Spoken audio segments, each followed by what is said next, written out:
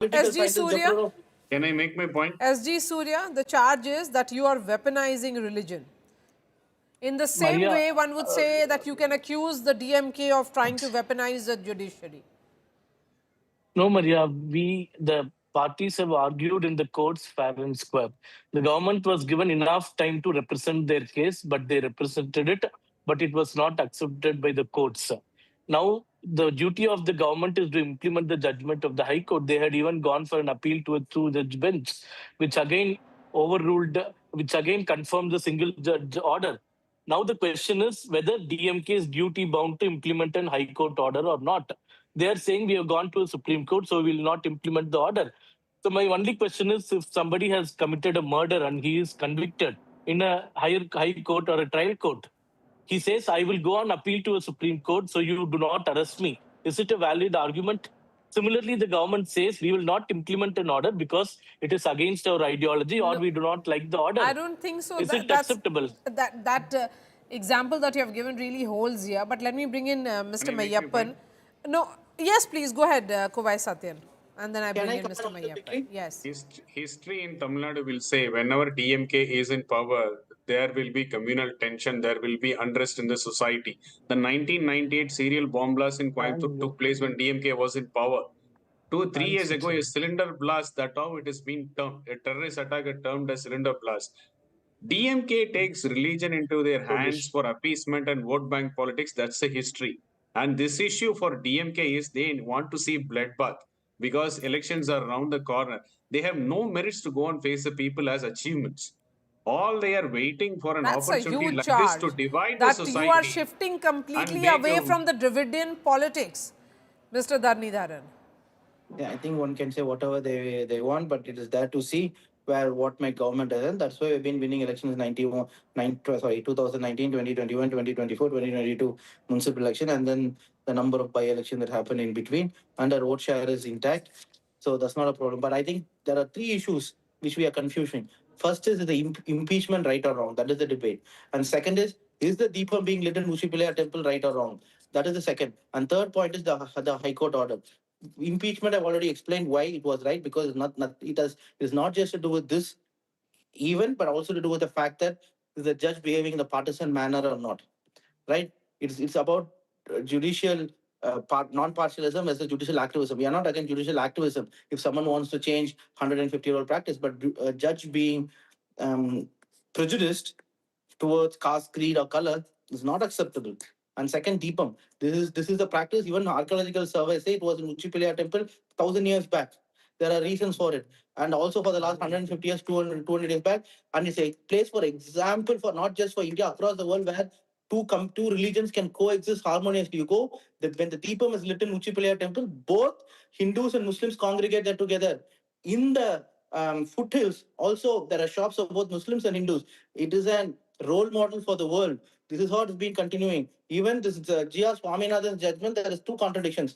Paragraph 7 says that they did not agree, the Muslims at Dargah did not allow for Deepam to be lit at the temple. And then in 40, he says, in 2005, there was a compromise. That itself is a contradiction. Third, the reason for the order was also because the chief minister, it is his job to maintain the harmony, having legitimacy of the 6.4 crore population. He will also have to listen to the voice of the people who prefer that the same arrangements continue. It's always a very philosophical question in politics. Do you listen to your elected people with whom you get legitimacy? Which is very important for any elected or it can also leader. be said that you are in power, you're trying to misuse. It's our job to maintain misuse what you are seeing as tools of judicial accountability. And another point which I may have missed is also the fact that we are accountable to the people. And secondly and foremost, it was not the Hindus nor the temple administration that was going to light the Deepam. It was private individuals who, and then the intelligence report said there could be communal violence there. Do we let people die because of a communal violence? Do we not have Okay, I've just quickly. Yes, Mr. Suryah, respond to that, and then I'll give the last word to Ramaswamy Mayappan. Please No, go ahead, no, Suryah. this is how facts are twisted. The judgment clearly asked the temple authorities and the Mr. temple Mayappan, just gurukul to wait. Let the Mr. Suryah judgment finish his point. Yes, go ahead. the judgment clearly says the temple should light the lamp. Huh. The priest should light the lamp. In case if the temple priest fails, the petitioners can light the lamp with the help of the CISF security. It is because the state government and the HRNC department refused to do its job. Alternate prayer came into execution, which was already preferred by the petitioner. So to say that the petitioners were allowed to light the lamp is factually wrong because the temple was asked to do its let's get duty. the facts from Ramaswamy Mayappan. Go ahead. See, to the three issues raised by Mr. Salem Dharanidharan. One, on the judgment, they're completely wrong. The 1923 judgment, going all the way up to the Privy Council, grants complete and total rights for the Hindus and for the temple authorities to do all religious activities in the entire hill, except for where the dargah is located and the easementary right to the dargah, and 15 feet away from where the dargah and the path is located. That's the judgment of the Privy Council. That's the judgment of the Municipal Court. So therefore, all religious activity can take place. One, their argument that intentionally some of the authorities chose not to perform a few activities does not mean that age-old activities should not be performed. Three, they're talking about impeachment. They do not have the ethical and moral standpoint to even raise that issue. They will have to be an impartial government to have at least fulfilled their manifesto, to have stipulated to the law. When there is an order of the court, they should have gone on appeal, they should have obtained a stay. They have not been able to obtain a stay, which means they should have implemented the order. Therefore, if they expect the people to follow law and order, the government will have to start. The government not having set a good example does not have the moral standpoint to even raise this issue.